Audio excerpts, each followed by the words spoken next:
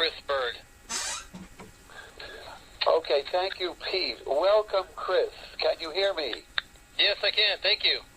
Chris, this is Dan Seeger, and we have on the telephone the people that I listed to you in my memo with but there's one addition, and that we also have with us Kim Barkley, who is project manager at Partners and Association Management. So she's part of our administrative team, and she's with us as well, plus the people that you had on your list. So, Chris, we're all looking forward to talking with you. I think the overall theme we're all thinking about is how providers and residents can communicate and cooperate and strengthen CCRC life. And, Chris, if it's agreeable to you, we'll turn the floor over to you to make sort of an opening comment. No, it's great. Thank you, Dan, and thank you, everybody, for letting me join your conference call today. I thought it'd be helpful if I could share a little bit about who I am, how I got to where I'm at today, and kind of how I got involved with talking to all of you. As was shared, my name is Chris Bird. I'm the divisional president of our entry fee division. That's an internal term that we use for our life care, continuing care retirement communities at Brookdale. I've been a part of Brookdale going on 7 years. I've been in this business for 18 going on 19 years, essentially right after I got out of college. It was an opportunity that presented itself. The following participant has entered the conference. Gene Hurley. Once I got into it, I've always enjoyed working with seniors. Sorry about that. Go ahead, Dan. Go ahead. Welcome, Gene. Gene, we're just hearing some introductory comments from Chris Bird. Okay. Go ahead, Chris. Yeah, no, thank you. So I've been in the field going on 19 years, and throughout that time, I've worked with is now being recorded. A handful of national providers, and over that time, I've always been a part of the larger CCRCs for whatever reason. I don't know if it's a great thing or not, but it's something I've done, and I've always enjoyed working with this different set of communities. What occurred about a little over a year ago, I think Jack Cumming was able to reach out to Andy Smith, our chief executive officer, after some earnings statements and conversations were started. And I reached out to Jack, and I've talked to him a few times, was able to meet him in person at the Leading Age Conference that was hosted here in Nashville late summer, early fall of last year. And I think my engagement and interest in this group developed more through those conversations. And when I say interest, I'm always curious to hear what residents have to say about living in these larger communities. For the 5 years that I've been leading the division here at Brookdale, all of our large entry fee CCRCs, we've spent a lot of time focused on resident governance and our communication and activity with our residents. Ironically, today, before I got off on this call, I wrapped up a 2-hour session with my board of residents. I have an entry fee advisory group, as we call it, a board of 9 residents who live at 9 different communities across the division, and we get together once every 60 days to go over issues that they are seeing or hearing. I present to them things that I'm seeing and hearing and ways that we're trying to correct our problems so I can get their feedback, so I can get the feedback of 9 folks who think, yes, that's a good idea, Chris, or no, Chris, this is not going to work because residents won't like it for whatever elementary reason it may be. But they're a great advisory board for me to help us understand what are we doing well and where do we have opportunities and what are their viewpoints. You know, many of you on this call and all the folks that live in our communities have gone through life experiences that can only make running our buildings better if we're listening better as a provider. So we've spent a lot of time through that. As we talk about some other communication methods we've created, we bring a group of residents together in an annual conference. And we have 85 to 100 seniors that will come once a year to a conference that's led by me and the division. We'll have our executive committee there, and we go through a litany of issues that are perceived as problems for residents or opportunities from the residents' perspectives for us to go through over a 3-day period. And we have found that we've gained more value for us, the operator, than maybe the residents walk away with in value, because it's opening up the opportunities that we can successfully pounce on as a corporation to create a better day in the life of our residents. So we spend a lot of time. I know that we can get beat up because we're the public entity and there is a shareholder value that we're focused on.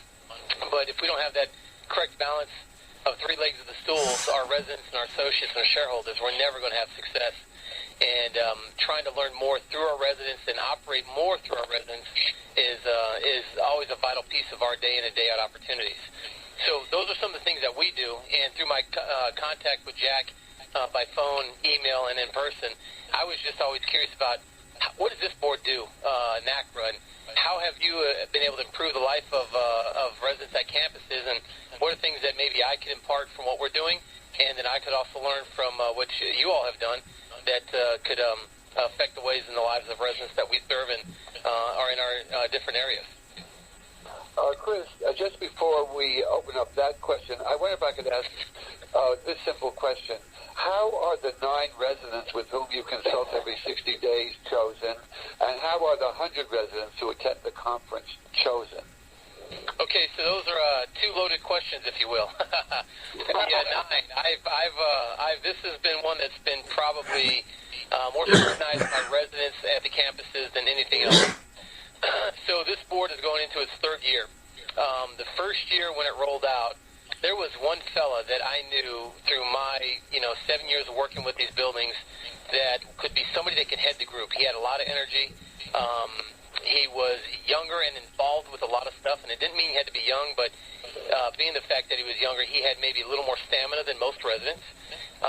He was a corporate producer back in his days, and he always had a focus on what is right and what is wrong on campuses, and had reached out to me, had reached out to Bill Sheriff at the time, who was our CEO. So I just approached him one-on-one and say, hey, his name is Ken Garrettson, and I know he's had a chance to speak with Jack a few times.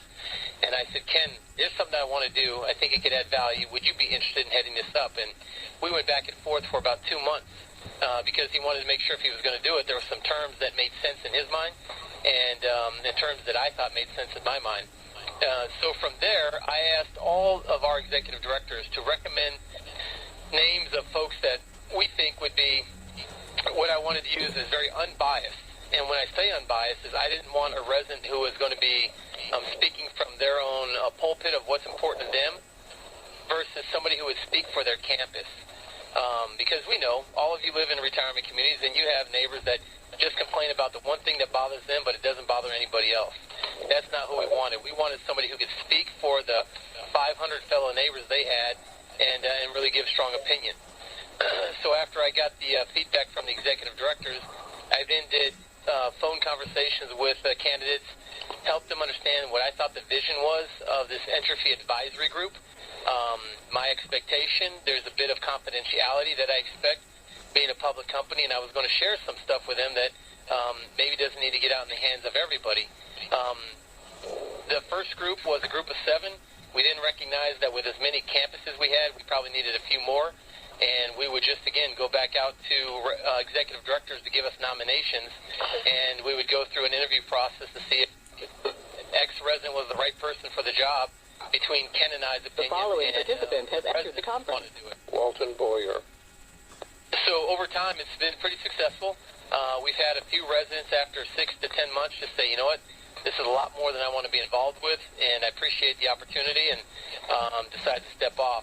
And then we will get another one. So the only question has always been, at all of our campuses, we have a resident advisory council or a resident council. They take on some different names. And many of those resident groups felt that they should have the right to vote who should be coming onto this board. And I can see some value in that, but I can also see where many of campuses we have a resident council that is steered by the minds of a few versus the opinions of the many. And I wanted this to be separate of resident site campus governance. So all these members do not sit on resident boards at the current time when they're sitting on the entry fee advisory group. And so those were a couple of calculations that we put together as we developed this board. Then, Dan, answered the second question. I think it was you that asked that question. Yes. We have our annual conference. And you would think people would line up out the door to go on a trip, but we actually have a hard time getting enough people to come. We do ask the resident council to pick anywhere from 3 to 5 residents that could come. And, again, these will have to be residents who are willing to come and take part of 3 days of a conference, take a lot of copious notes, and most importantly, go back to their home and share with their residents. They'll partner with their executive director to put together a presentation of, I went to Nashville, and here's what we learned, here's what's important for you to know, and here's what we can expect this organization doing based on the words that they heard from 100 residents for this 3-day period. Many residents are excited about going, but aren't excited about having to come back and do a presentation, so they self-select out. But we work with the executive director and the resident councils on the campuses to develop the list of 3 to 5 people that may come from an individual building. What was your total number then in the council or in the group? So our our advisory group is 9 residents. We have 20 entry fee CCRCs in the division, so we have almost half of the communities accounted for at this point. And so far, things have gone really well. We've come up with a lot of great opinions. I'll give you an example of a subject that we might challenge this group with. So throughout the last couple years, many of our campuses have talked about our dining program. They would like to have a very flexible dining program because the program they were in has just been kind of, I don't want to use the archaic overturn, but it is the basic plan that was always established in the CCRC. You signed your contract, and in your contract, you had 1 meal per day. Well, in our competitive markets, and maybe at some of the retirement communities that you live in, we have found that businesses are making a more flexible dining program where you have a point-of-sale system and you have a debit account that you can spend down throughout the entire year. And we knew ourselves as operators, Brookville, we needed to get into that forum. But how did we want to get there, and how do we develop those ideas? So I took this challenge to the Entry Fee Advisory Group. I brought to them a lot of research that I did by touring competitors. What were some of the different things they were doing?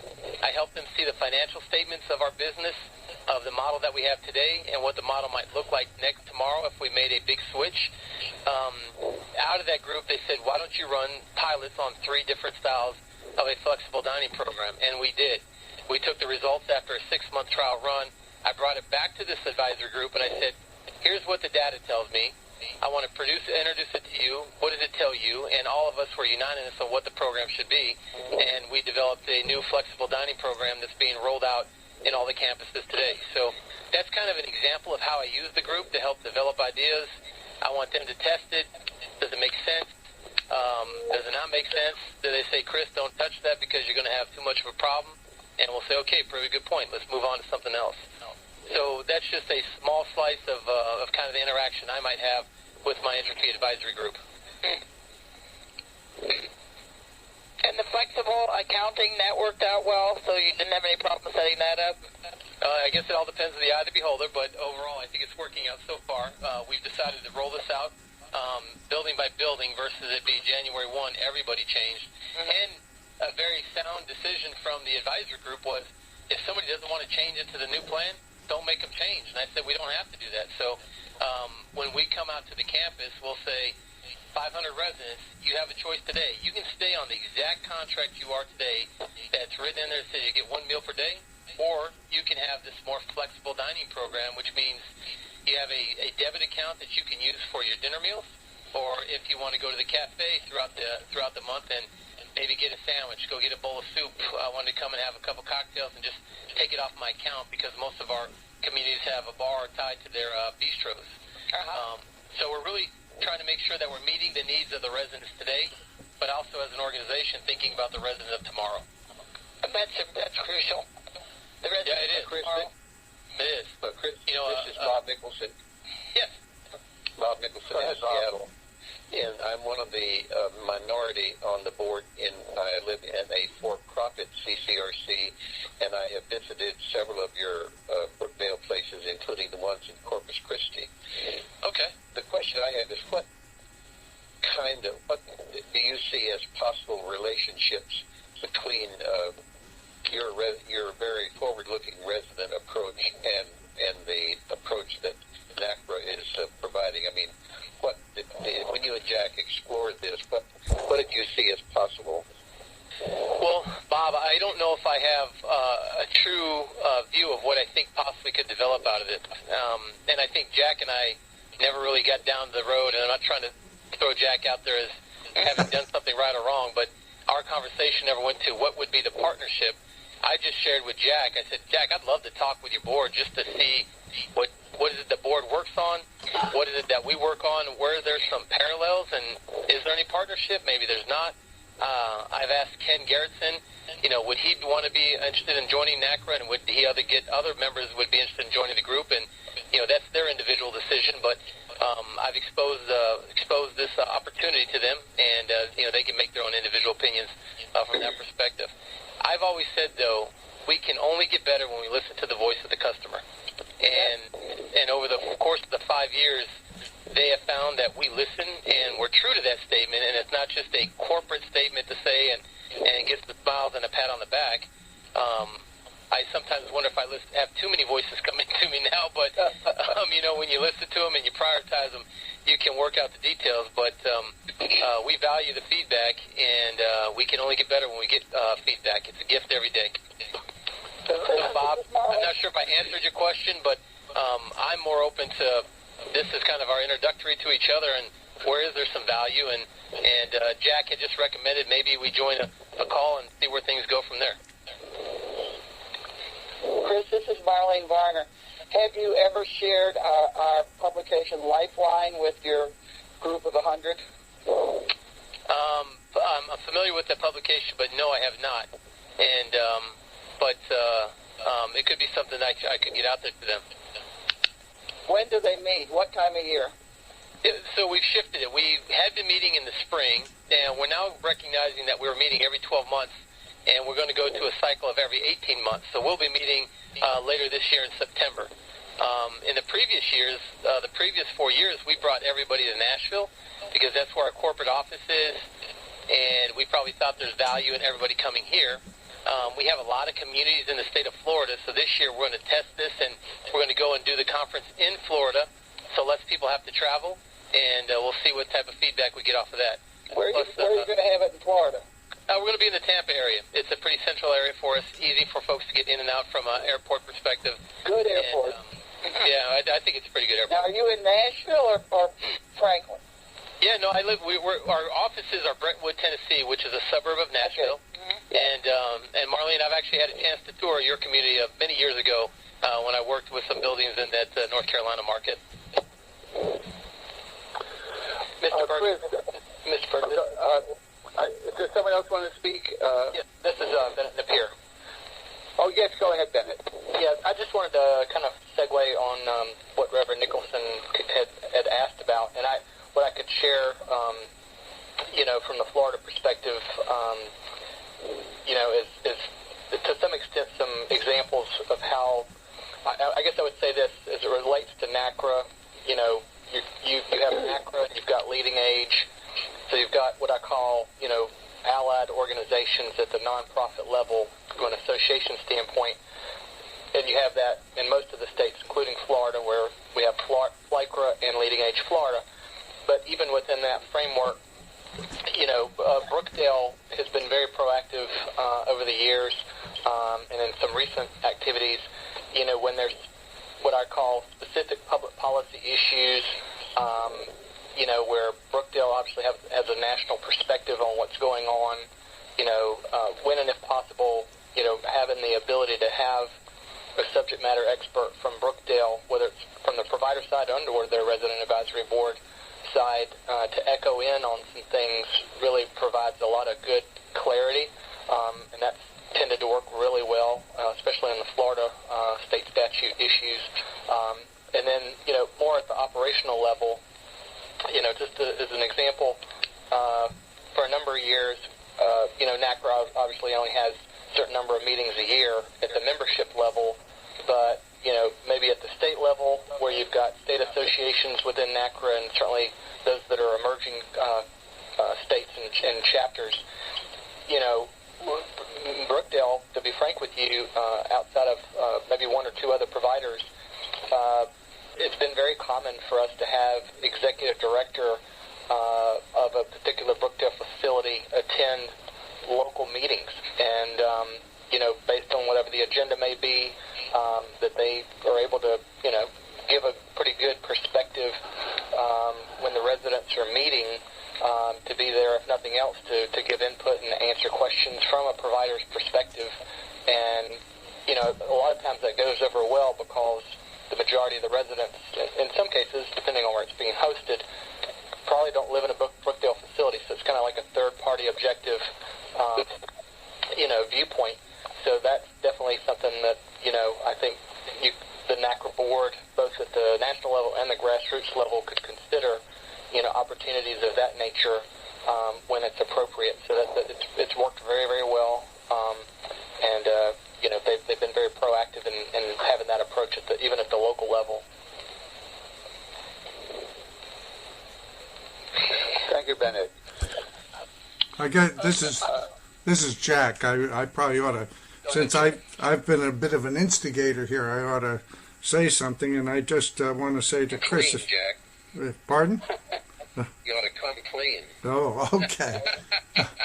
But I'm very impressed with the customer orientation, and anybody in business knows that the main mission of a business is to serve the customer, and the profit takes care of itself if you're serving your customers well. So just hearing Chris articulate that so effectively has been, I think, very very good for us. Where this is going to head, I don't know, and because of my actuarial background, Chris and I go in both directions, because there's the business side and then this resident relations side, and we're involved with both. But I'm really delighted, Chris, that you've made time to talk with us here, and I think it's very profound and helpful.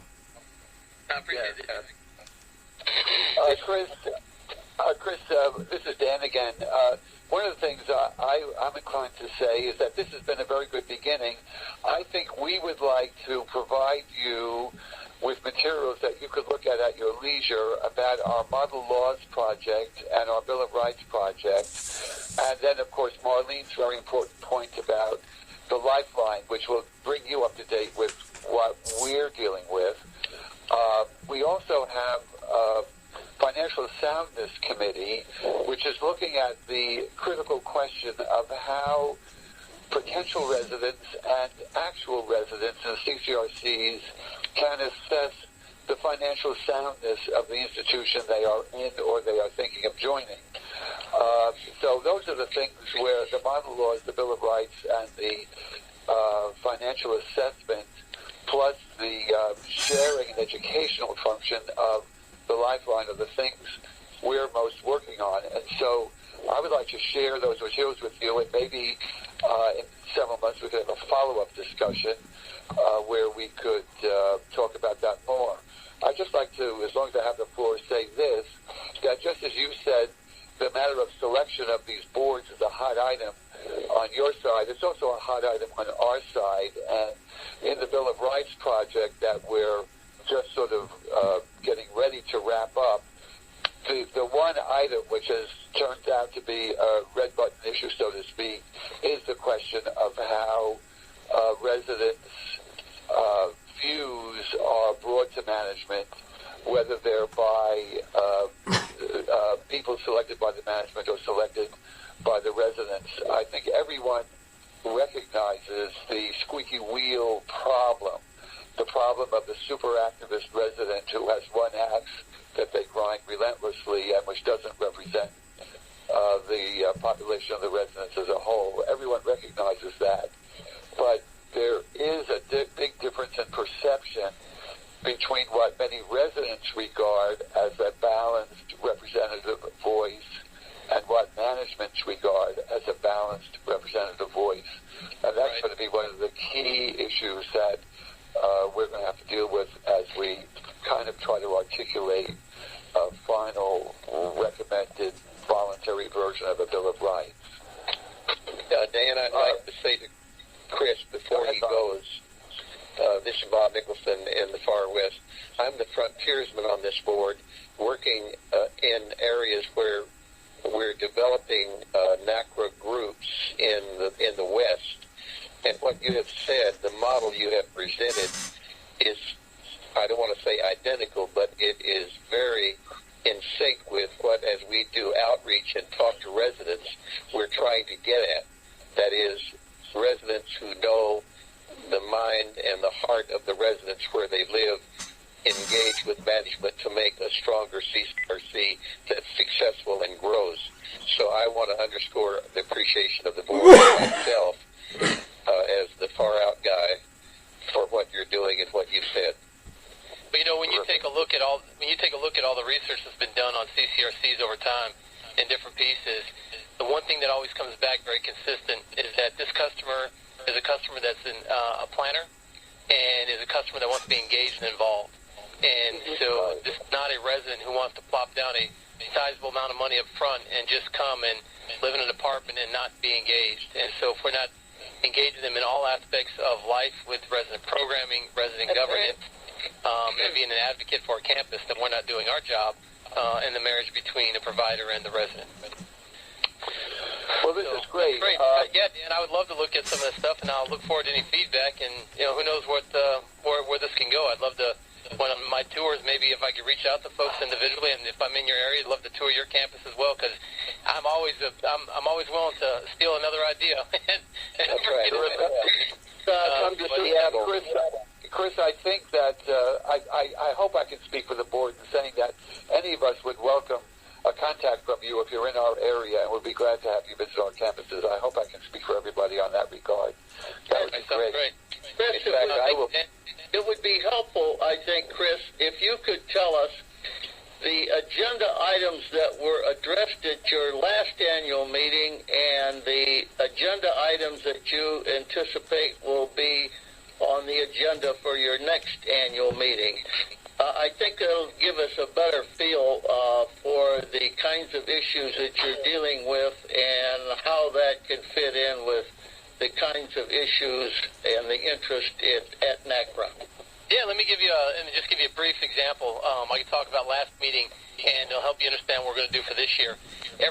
Before we go out to planning the agenda, I will send out a letter to the resident boards on all of our campuses and ask them to provide feedback to me of what are key issues and concerns that your residents have at your campus that they would like the company to address. And when I send those out, I will get over 150 to 200 responses. I then will kind of filter those down to what are the key subjects here. And last year, some of the key subjects that came clear were dining. It's always the subjects on the agenda. Dining is something that all of you take part in just about every day. And there was different themes around dining. The second subject that we discussed was financial solvency as an organization, and that has been something that residents have always been concerned about. If I've given you $250,000 in entry fee and I know I'm getting some of that back, I want to make sure that the parent company is sound, and as a public company, our records are out there. So we spend a lot of time around that as it comes to the community level and then to the company level. A third piece that maybe an issue for Brookdale was, as a big company and 90% of our business is assisted living, there was a big concern that a lot of our creative and messaging to the public didn't focus on the entry fee model. And so we spent a lot of time on marketing. And what did the marketing mean for the bigger organization as our branding? Because we did a national branding campaign through 2012 and 13 and just turned off that faucet earlier in 2014. So we spent a lot of time on marketing and what it meant to their individual campus and how they would see things change. And then the fourth thing was capital reinvestments into their campus. A company, as a public company, would talk about the profits.